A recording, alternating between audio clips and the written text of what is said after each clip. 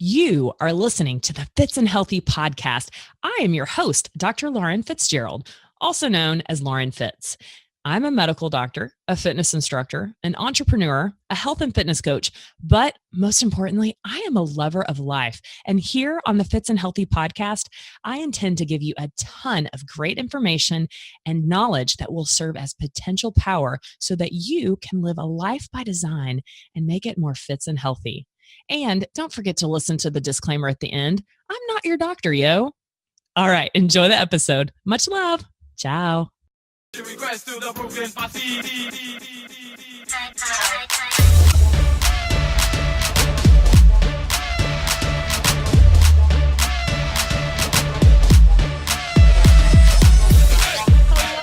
Welcome everyone to the FITz Friday Q&A for the Fitz and Healthy podcast. My name is Dr. Lauren Fitz. I'm your host, and I am joined by my beautiful co-host, Cinthanie from Cinthanie.com. What's up, girl? Hey, girl. Hey. We're new at this podcasting thing, and we're changing stuff all the time. Mm-hmm. One thing that we decided that we wanted to change was getting straight into the Q&A as soon as you hit play. So right at 3 p.m. Central Standard Time, we want you guys to be able to talk to us and see us and not have to listen to all of the medical mumbo jumbo disclaimer, all that kind of good stuff. Yeah. I will say, just to cover our end, you have to stay around and listen to the medical disclaimer, because I am a doctor, but I am not your doctor.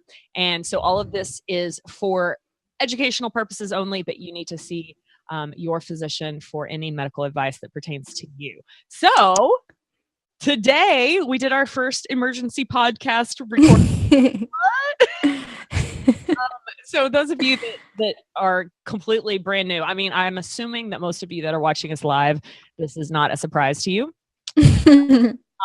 We decided to do an emergency podcast because there was this stupid article that got passed all over social media that created an uproar.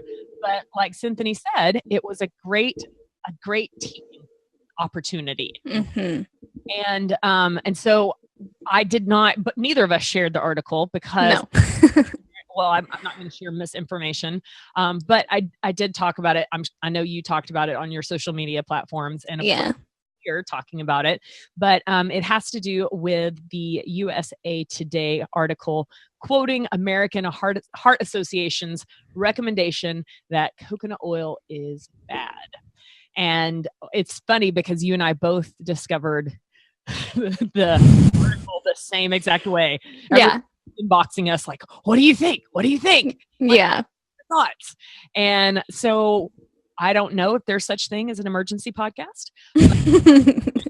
i.e., when we record our podcast, before we do FITz Friday Q&A, we actually have a recording session where we record our episodes, and we usually try to record about a month in advance. And so the episode that was going to be released on Monday was going to be the Chris Downing interview that I did in LA. But it was about a month ago, right?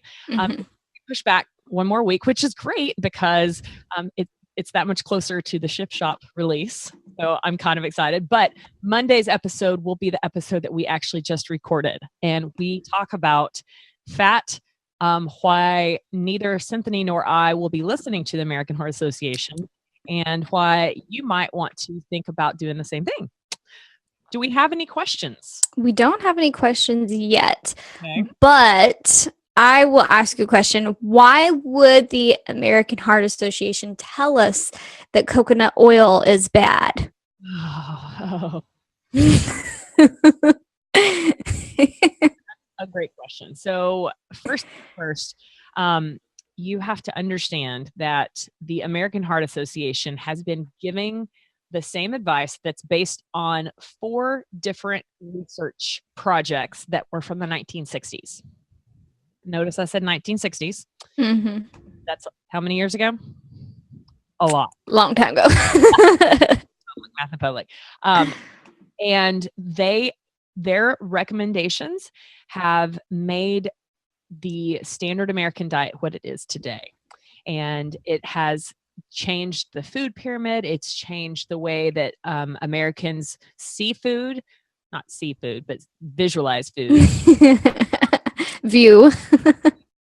And it's what I believe created the epidemic of obesity, of diabetes, of heart disease, of everything. And in fact, this movement was started to prevent heart disease. And we have every year exponentially rising numbers of all of the above. And so in the episode, of course, we talk about the reasons why there's not ever going to be good medical science that will actually give us a definitive diagnosis of, okay, this is the healthiest way to eat, and this does or does not lead to heart disease, because there are too many factors that come along with looking at those all of the different things that go into deciding if I just had a brain fart. But the fact is that so many of the studies, they look at, let's say and I'm not anti-vegan by any means, but there are people that are pro-vegan argument that will lower heart disease. Well, more times than not, those studies, the people change not only from standard American diet to veganism, but they also start to exercise. They also quit smoking. They also do this. And there's no way to decipher if one is the main reason why heart disease has been decreased versus not. Yeah. Make sense? Yes, absolutely. All right. So we have a question. We do. It's not fat related, but it is a good question. It says that Jen says, it's not a fat question, but you guys killed me with cutting back on bananas. What do you girls put in your Shakeology to beef it up? What do you put in yours to beef it up? Avocado. Yeah. Avocado, and I put a cup of mixed greens. I put collagen peptides in it. I put almond butter. I put brain octane. I put that in there too. Coconut milk. I put handful of nuts sometimes. I always have frozen greens. That's such a great trick. Yeah. Go bad so fast. Yeah. So if you're not going to eat them before they spoil, just put them in a bag and freeze them. And makes it higher consistency. And if you're like me and hate salads, then it's a good way to sneak mixed greens in. Yes, I'm working on it. I eat them, but I don't love it. So this week, what kind of debacles have you had out coming from the article that came out? I think that people are so freaked out because they don't know what to believe, because there are so many articles that came out instantly afterwards defending coconut oil. So if you were to go and type into Google, is coconut oil bad for you? There are equal parts articles saying that it's good and equal parts articles saying that it's bad. And so I think that people are just now more confused than ever, that's why I said this is such a teachable moment, because if you are confused, you need to do your own research so that you can make a conscious decision based off of what you have learned, so that you're making decisions based off of science and not off of marketing, if that makes sense. Absolutely. And, one thing that we said at the beginning of the podcast that we just recorded was, don't just trust us because we're saying this. Yeah. You guys, it's one of those things where, yes, we're more well-read than the average American, but just because we say it, don't take it for like it's total truth, because the fact is that what I know to be truth today is totally different than what I knew to be truth 10 years ago when I was a doctor giving medical advice to my patients, telling them to eat a low-fat diet that reduce your calories, exercise more, and it'll make you healthier. And that's wrong. And yeah. So I'm constantly learning. But I will tell you that I'm not cutting out coconut oil, especially not because the American Heart Association told me to. Yeah. I think that you always have to question motive, and you look at what goes behind the scenes as far as because the fact is, American Heart Association, and I talked about this a bit on the podcast. You haven't watched it yet, but this is, I watch documentary. I don't watch TV, and I usually don't watch movies. I mainly use Netflix for documentaries. The documentary that I most recently watched was because a couple of people messaged me and they asked me what I thought about it, if I had watched it yet. It's called What the Health. Great title. Yeah. But one of the things that I loved was that they brought to light all of these organizations that are basically setting the rules about what's healthy to eat and what's not. They get millions to billions of dollars from these big food companies and big pharmaceutical companies. Yeah. So if I'm Pfizer and I give $12 million to American Heart Association, but then they come out and say, hey, guess what? You actually don't need those statin drugs, because really lowering LDL, the one that really matters, the small dents, it doesn't do anything to. And you can actually increase the good cholesterol just by changing your nutrition and exercising. They don't make any money. So next year, I'm not going to give them that $12 million if they're going to make recommendations against my product. I mean, it's business. Yeah. Yeah, that's why I'm saying go based off of science and not marketing. And the $12 million from Pfizer to A.H.A. legitimately happened, which the doctor that wrote this article or did the study, I guess, for the coconut oil, Dr. Frank Sachs, if you do a little bit of research on him, he is sponsored by many, many pharmaceutical companies. A lot of them sponsor what he does. So you just have to question, where is it coming from? Why is this being published? Is it because it's your best interest is at hand, or is it because a company's best interest is at hand? Absolutely. And I'm seeing a couple of the comments from Karen and Tammy on the Facebook page about the Big Fat Surprise. It's this book by Nina Teicholz, and I've actually heard her interviewed on a podcast a year or two ago. That's when I bought the book. And it's one of the many books that it's been eye-opening. But Karen, you make a good point. It is infuriating. The more I learn about what has been hidden from us, the general public, it infuriates me. And so that's why I say, don't just trust me, read and always look at play devil's advocate, if you will. Yeah. We talked about this briefly in the podcast episode that, if you're a vegan, then question, well, why not animal meat? Yeah.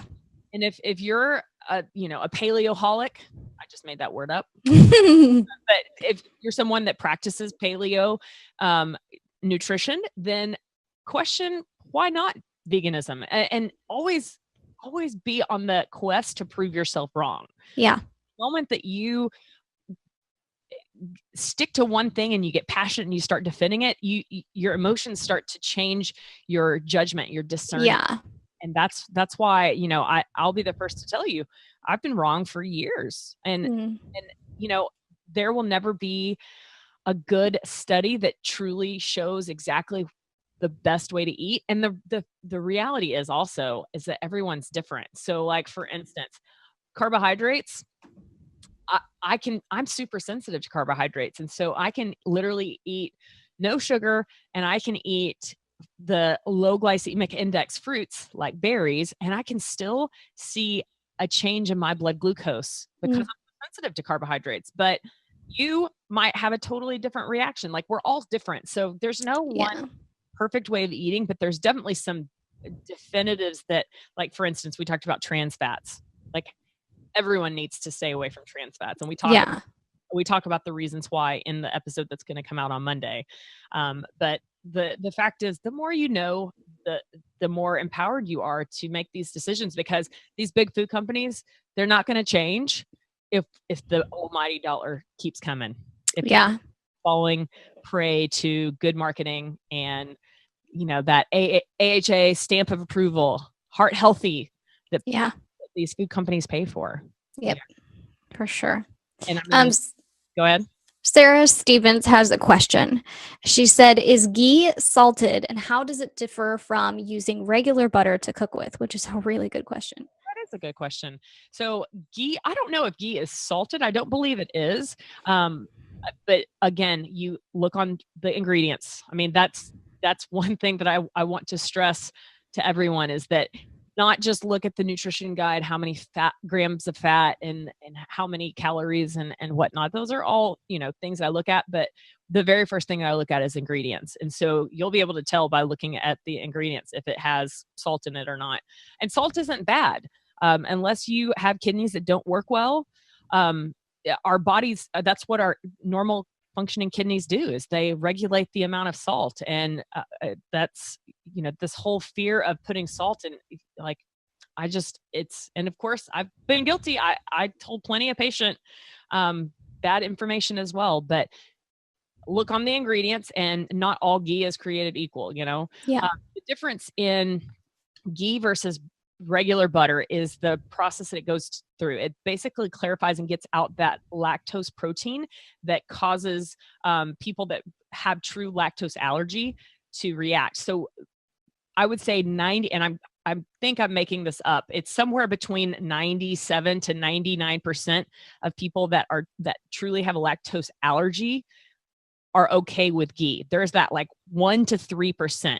I believe that's the correct percentage. Correct me if I'm wrong, if anyone knows, but I know that it's a very small percent of people that are actually truly lactose intolerant, like have a lactose allergy that can't tolerate ghee, because to get butter to ghee, it takes out that lactose, which causes the allergic reaction.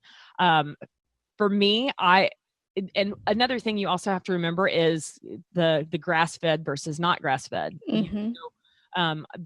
The brand of ghee that I buy, I actually buy a Bulletproof brand because it's grass-fed ghee, and I know that Dave Asprey, the CEO of Bulletproof, the coffee and all of his products, he's got lots of products more than just coffee. His standards are very high, and it's all grass-fed, grass-finished products. So hopefully that answers that question. And then Danielle wants to know, she said, how do you feel about the ketogenic diet? That's a great question. And we should probably do an entire podcast about that at some point. I think that there is a lot of benefit to the ketogenic diet. Do I think that everyone should do it? No, because again, there's not one perfect diet for anyone.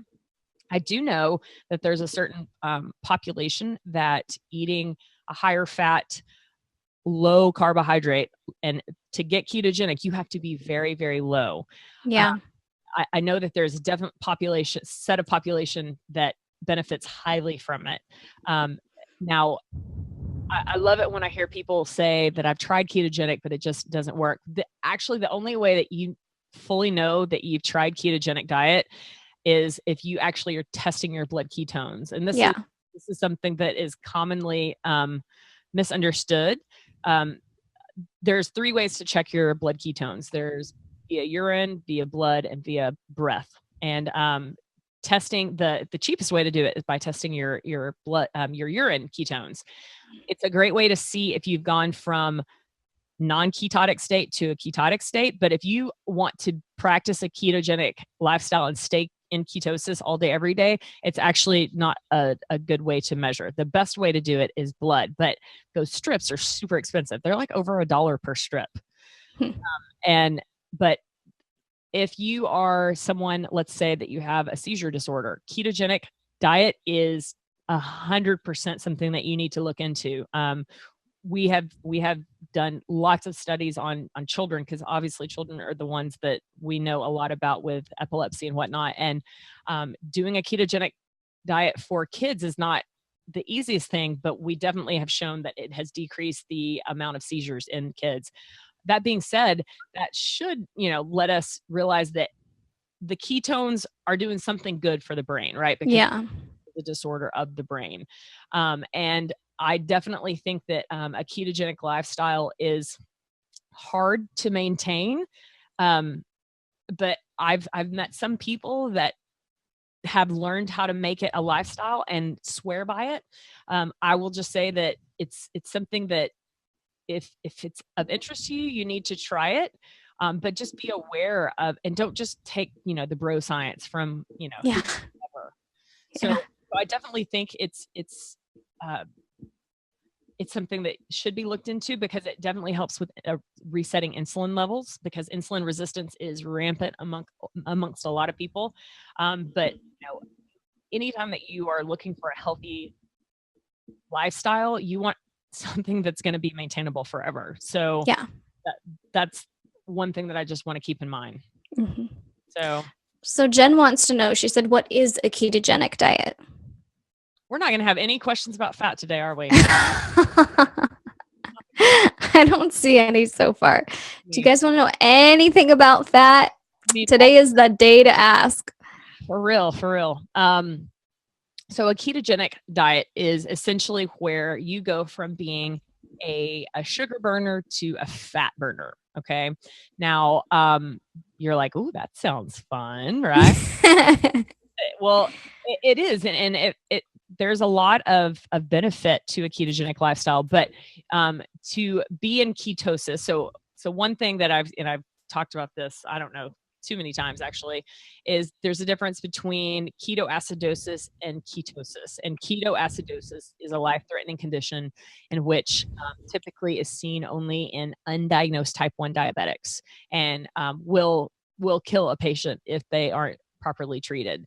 It's different. Ketoacidosis is different than ketosis. And so ketosis is where your body goes from burning sugar as your main source of energy to burning ketones, which is essentially fat. It can be burning ketones straight from your diet. So a lot of people that follow a ketogenic diet are taking exogenous ketones in as their fuel. And so it's pretty much their diet typically is about 80% fat. They stay less than, I believe, 10 to 15 grams of carbohydrates in a day, which is really, really low. And that one thing that a lot of people don't realize is that if you eat too much protein, it will take you out of ketosis. So to be a true ketogenic diet, it's very high fat, very low carbohydrate, and low to moderate protein. Yeah. Can you live on that forever? Yeah, you can. You're definitely limited, and you're not going to be eating a lot of vegetables. And that's probably one of my biggest things, is that, I mean, I know how I feel when I eat vegetables. My body likes those nutrients. And I've experimented with ketosis, and it definitely helps decrease inflammation in the body. But I think that I still feel just as good when I'm not in ketosis. So I'll experiment with myself. Yeah. You have to figure out what's best for your body specifically. Absolutely. So Cherish wants to know, she said, cheese, is it a healthy fat or not? Because I love cheese. Well, that's a loaded question. And I will be the first to say I don't know 100% the answer, nor does anyone, because again, to do really good medical research on anything that comes with nutrition, you're talking lots of money, lots of years, and controlling everything. So a lot of the nutrition science is based on people basically recalling what they've eaten over the last year. And I really can't even remember what I ate last week, much less in the last year. Yeah. So the quick answer to that long question is I don't specifically eat cheese because my body doesn't do well with dairy. At the end of the day, I get bloated. It gives me gas. I'm not going to lie. So I personally don't eat cheese. Cheese also is known for having a protein called casomorphin, which you hear morphin. That's actually because it works on the same receptor in the brains as morphine does. So the opioids. So opioids are heroin, morphine, any narcotic, pain medicine. They're all opioids, and they work on the brain in a certain area, and they're the addictive area of the brain. And this is why when people, you ask them to give up cheese, and that's like the one thing they're like, oh no, I can't. Those casomorphins cause literally a psychological addiction. That's interesting. I didn't know that. Yeah. So, and then also not all cheese is created equal. you want to make sure that if you're going to eat, like, let's say that you're not lactose intolerant and you're going to eat, to make sure that the cows in which they come from are free range, they're grass fed, grass finished, they're not given hormones, they're not given antibiotics, they're not fed all of the pesticide laden corn and soy products that conventionally raised cows are, that they're not given GMO crops to eat. I mean, like, all, you are what you ate, right? And, Yeah. a lot of cheese is from cows that are given one, if not all of the above of what I just listed. So Yeah.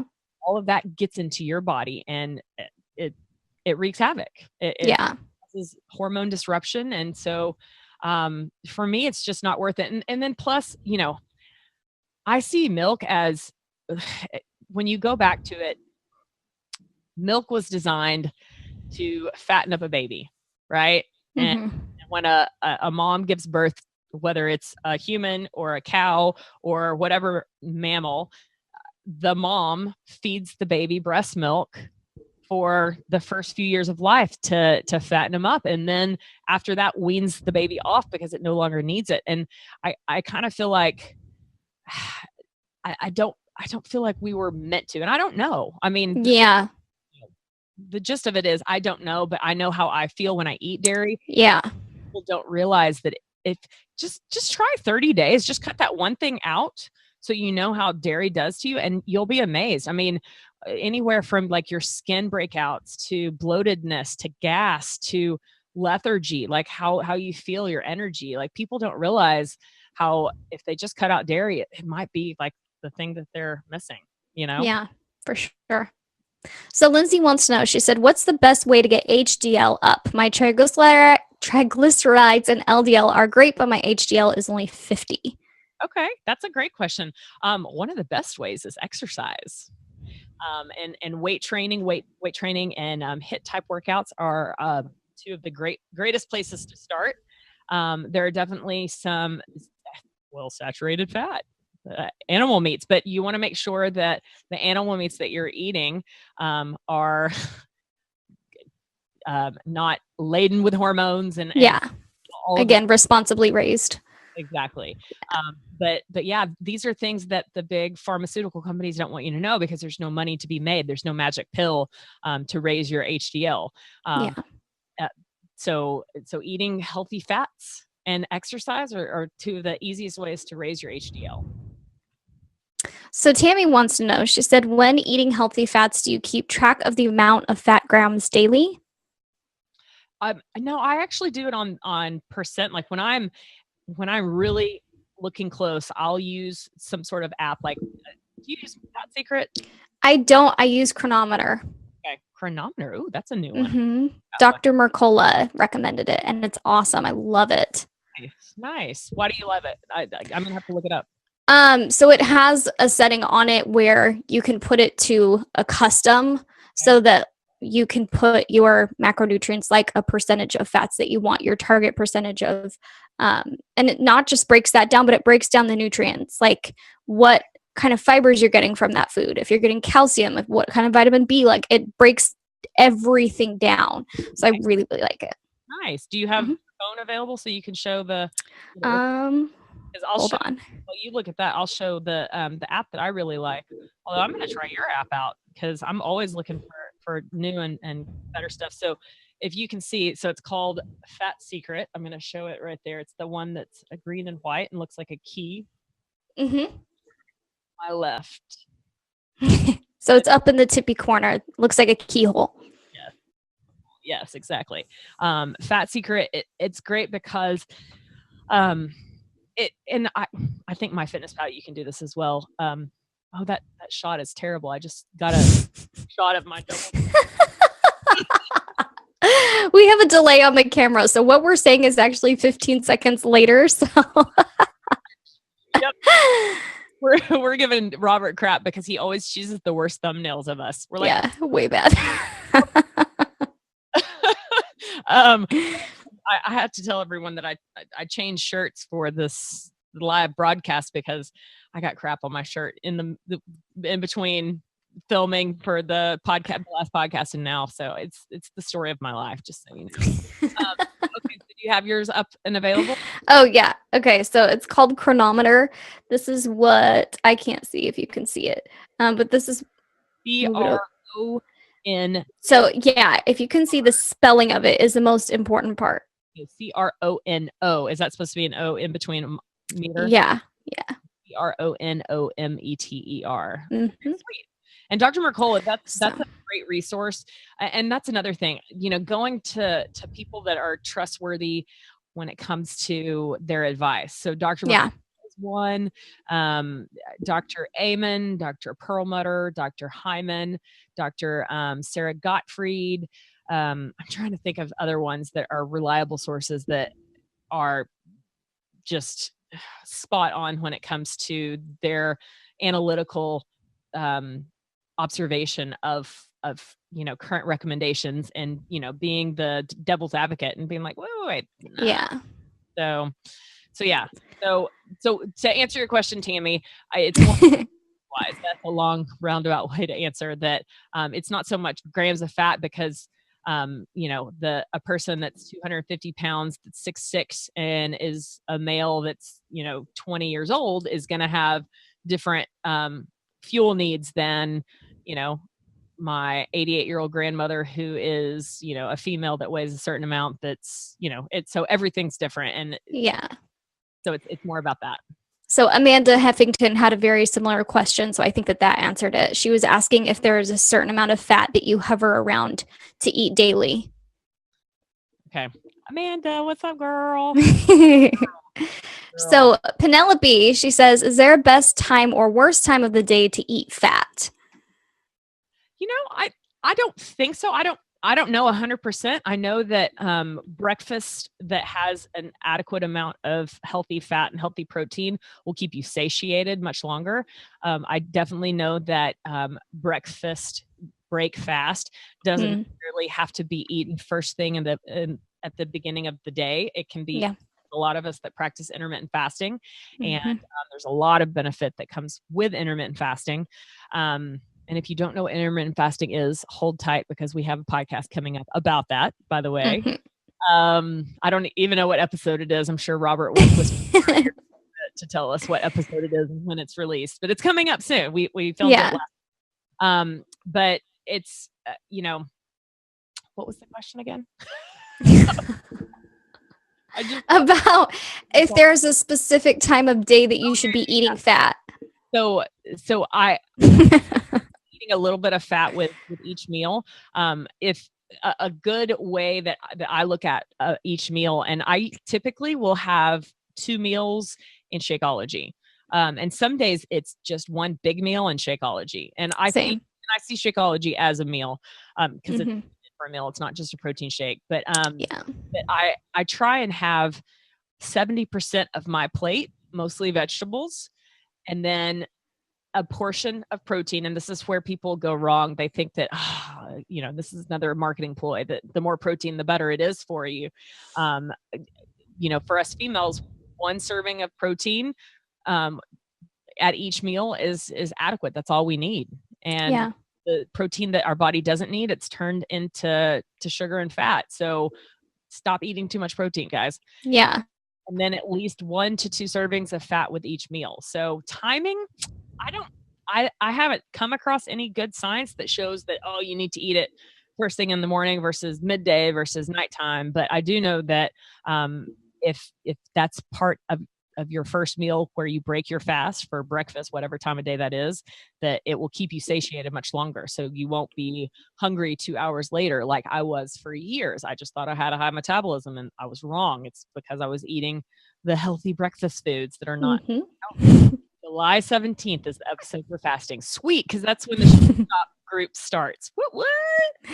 So Sarah said, is there a healthy fat snack that isn't avocado or nut-based?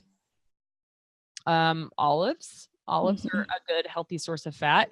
Nuts, seeds, avocados, meat, grass-fed meat. There's the brand Epic that has all of their quality of meat is either grass-fed or free range or whatnot. It's a good brand. You can get it on Thrive Market for a little bit cheaper because it is more expensive. You get what you pay. Yeah. I'm trying to think of other healthy fat snacks. Fat bombs. Yeah. You want to explain to them what a fat bomb is? A fat bomb, even if you just look up fat bomb recipes, there's a bunch, but I make a fat bomb with coconut oil. A.H.A hates us. I make a fat bomb with coconut oil, Shakeology, and almond butter, and I make it kind of like a Reese's cup, and they're so good. Super, super good. Yes. Eggs are also like a hard-boiled egg. Yeah. Healthy fat. Eat the yolk. Please eat the yolk. Yes, please. Throw out the guys. Come on now. Yeah. Anything else that we're forgetting? So another question is, my toddler and I both eat an avocado every day. Is that too much? No, I eat at least a half avocado every day. It's Same. so good for you. It's yeah. It's and the question is, this is one thing that we didn't talk about in the podcast that's coming out on Monday, but there is such a thing as eating.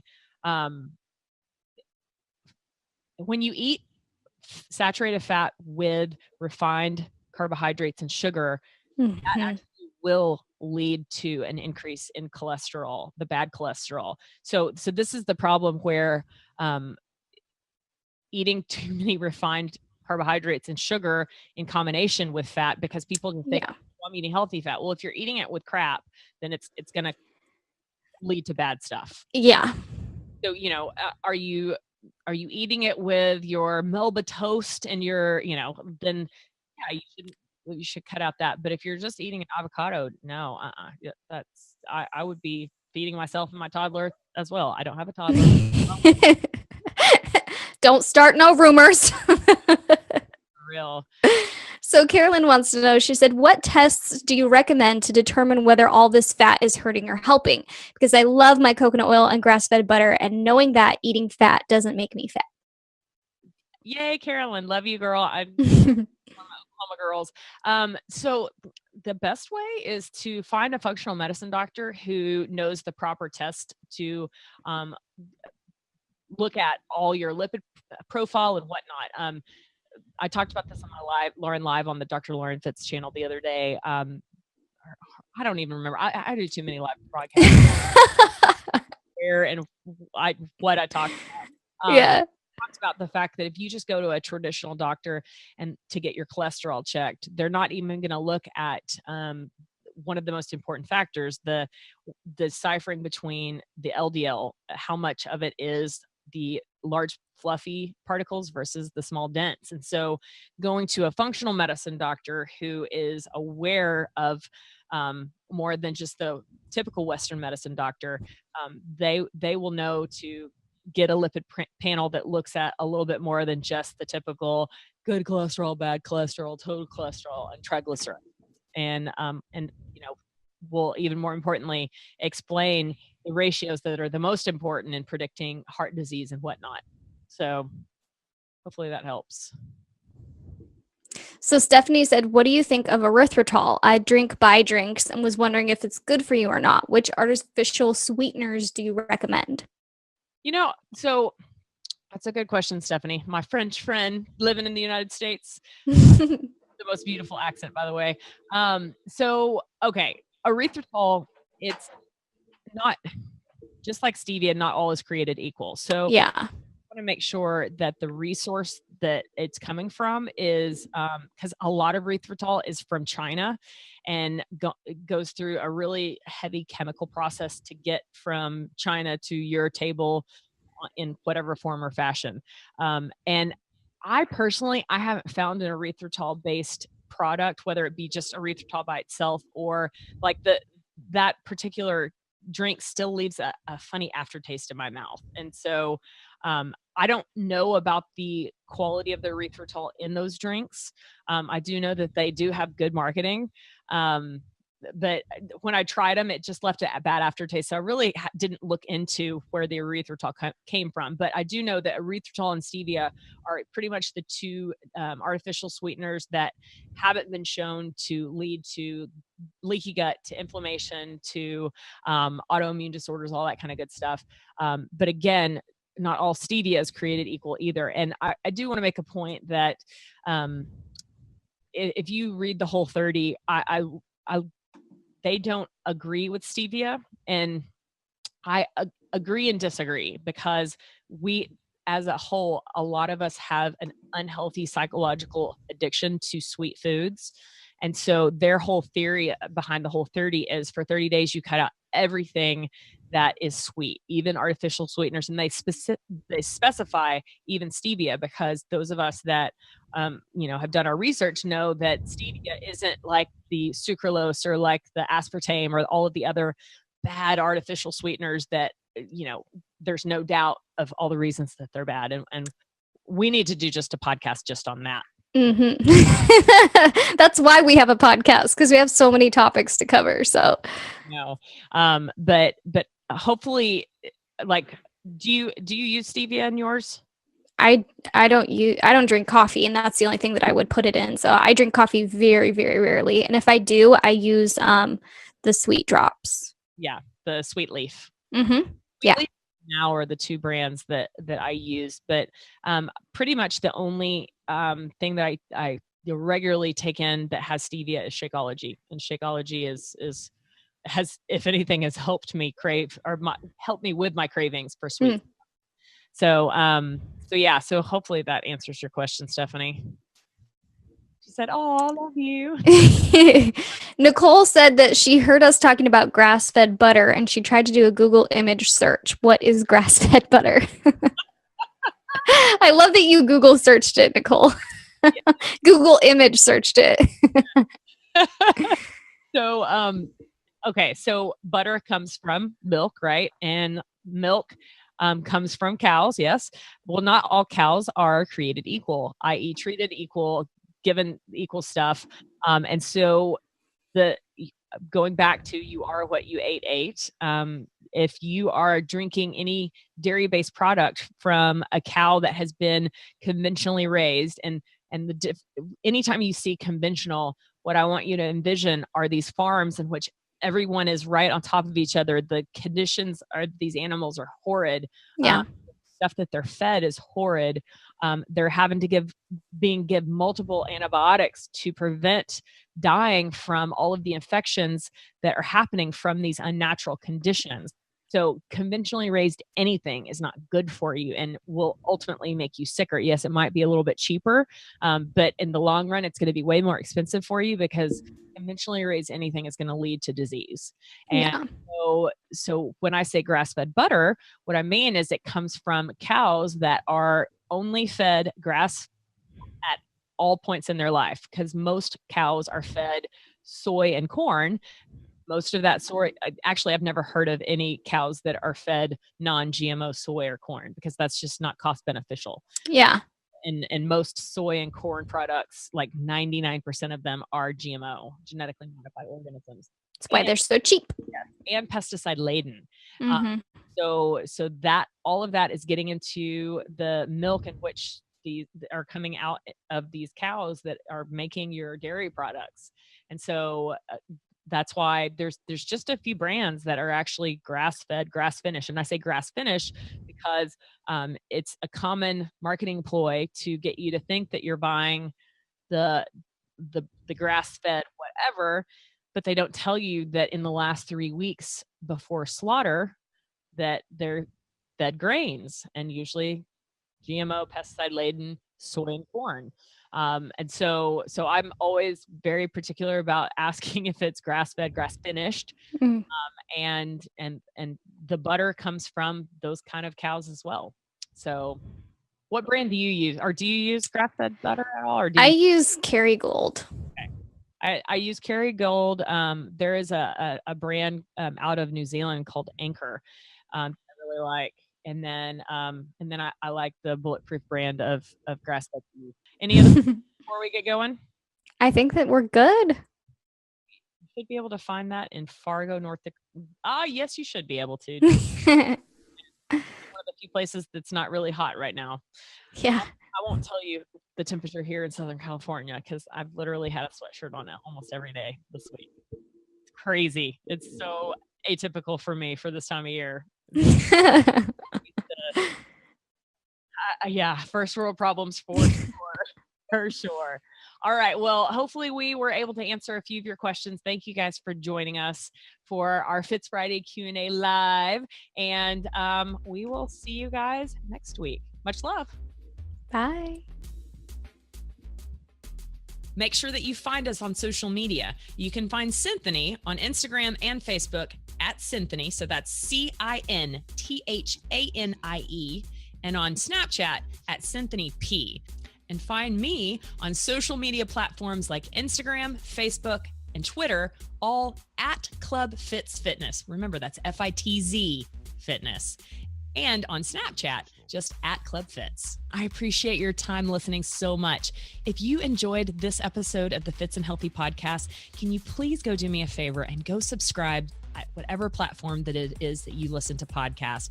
Leave a review. We read every single review, and we appreciate the time that you take to leave your thoughts and opinions. Now, also remember, while I am a medical doctor, the information I provide here is not intended to provide medical advice or a professional diagnosis, opinion, treatment, or services to you or to any other individual. I am providing general information for educational and informational purposes only, and it is not a substitute for medical or professional care. You should not use this information in place of a visit, call, consultation, or the advice of your physician or other healthcare provider. The information I share is not intended to treat, cure, or diagnose any disease or medical condition. If you believe you have a medical emergency, just call 911 immediately or your physician. Now, enough of that medical legal jargon. Thank you so much for listening to this podcast. I appreciate your time. Now, go live a Fitz and healthy life.